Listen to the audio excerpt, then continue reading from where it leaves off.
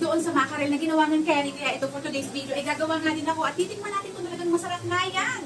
At ito nga yung mga pansahog na gagamitin ko. Bumili ako ng sabang malaki, carrots, bell pepper, patatas, curry powder, at saka nga itong sili na green. Kasama na rin itong bawang, luya, at saka itong sibuyas. Dinalatan ko lang lahat yung mga pangsahog ko dyan at inumpisahan ko na rin agad hiwain. Nagumpisa nga ako dito sa sibuyas. Pagkatapos yung patatas, hinati ko nga lang yan sa apat at hiniwa ko ng maliliit. At itong carrots, hiniwa ko din sa gitna. Pagkatapos hiniwa ko lang din ang singlalaki nung hiwa ko ng patatas kanina. Itong pagluluto ng fish curry, para din naman nagluluto ka ng chicken curry, kaso nga lang mas mabilis itong lutuin. Mas masarap talaga yung curry kapag may bell pepper, kaya bumili ako dyan ng isang malaki. Pagkatapos hiniwa ko na nga din itong mga bawang. Isa talaga sa mga paborito kong ulam yung chicken curry, pero ngayon ko pa nga lang itatry itong fish curry. At hindi din mawawala yung luya kapag magluluto ka ng curry, pang patanggal nga yan ng lansa. Nahiwa ko na lahat yung mga gulay na kakailanganin ko, kaya ito't naglagay na rin ako ng mantika sa isang kawali at pinirito ko nga muna dyan yung carrots at saka yung patatas. Ewan ko sa inyo, pero pag ako talaga nagluluto ng chicken curry, piniprito ko muna yung carrots at patatas para nga hindi siya agad madurog kapag niluto na natin. At mas masarap din talaga kapag piniprito nga muna itong carrots at patatas. Dito naman sa kawali kung saan ako nagprito ng gulay, ito nga sinutay ko na din dito yung sibuyas, bawang at saka nga din itong luya. Hinintay ko lang yan dyan hanggang sa tuluyang lumabas yung aroma nga ng sibuyas, bawang at tuya. Pagkatapos nilagay ko na nga rin itong gata. Pagkalagay ko nitong gata, nilagay ko na din agad itong curry powder. Yung mga pangsahog nga muna yung ilalagay natin, mamaya na natin ilalagay yung mackerel para hindi siya madurog. At nung kumulo na nga din yung gata at saka yung curry powder, ito nga nilagay ko na rin itong mackerel. Pagkalagay ko ng mackerel, hindi ko na nga rin hinalo-halo ng maigi dahil nga baka madurog nga yung pinakang isda niya. Hihintayin nga lang natin medyo lumapit yung pinakang sabaw niya, kaya ito nagayat-gayat nga lang muna ako nitong sili. At nung kumulo na nga yung pinakang sabaw, ito nga nilagyan ko na rin ng paminta. Hiniwa ko nga sa gitna yung isang pirasong isda dyan dahil sobrang laki nga din. Unti-unti nang lumalapot yung sabaw ng curry, kaya ito't nilagyan ko na nga din ng asin. Naglagay din ako ng kaunting asukal para pambalanse nga din ng lasa. Naglagay din ako dyan ng 2 pirasong sili na green at nilagay ko na din itong pinrito ko kaninang patatas at carrots. At hindi nga makukumpleto itong pagluluto ko ng fish curry kung wala nga nitong bell pepper. Pinakulo ko nga lang yan saglit dyan habang tuluyang maluto yung mga gulay. Sobrang lapot na nga nung sabaw nito at talaga namang sobrang bango na din, kaya tinikman ko na nga din ito. Kung magluluto nga kayo nitong mackerel curry, kailangan tansyahin nyo yung alat dahil medyo maalat na nga rin yung mackerel na nasa lata. Pagkatapos kong pakuluan ng ilang minuto at naluto na rin naman yung mga gulay, kaya ito't hinango ka na. Tingnan nyo naman yung itsura niya, sobrang sarap niya.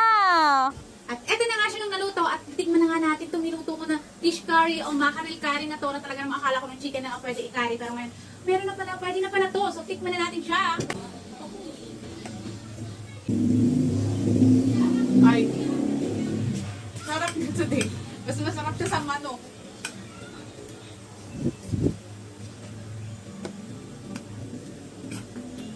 Masarap pala siya. Mas masarap siya sa chicken curry para sa akin. Nagkamay na ako. Dinamihan ko talaga yung patatas kasi favorite ko yung patatas. Ang sarap nito, mauulit. Magluluto ulit ako nito. Mantika yung sauce niya, oh. Sarap. Pag hindi ka masyadong mahilig sa karne, pagkatapos gusto mo ng curry, itry mo na to. Sobrang sarap nitong mackerel curry na to. Itong fish curry, ang sarap.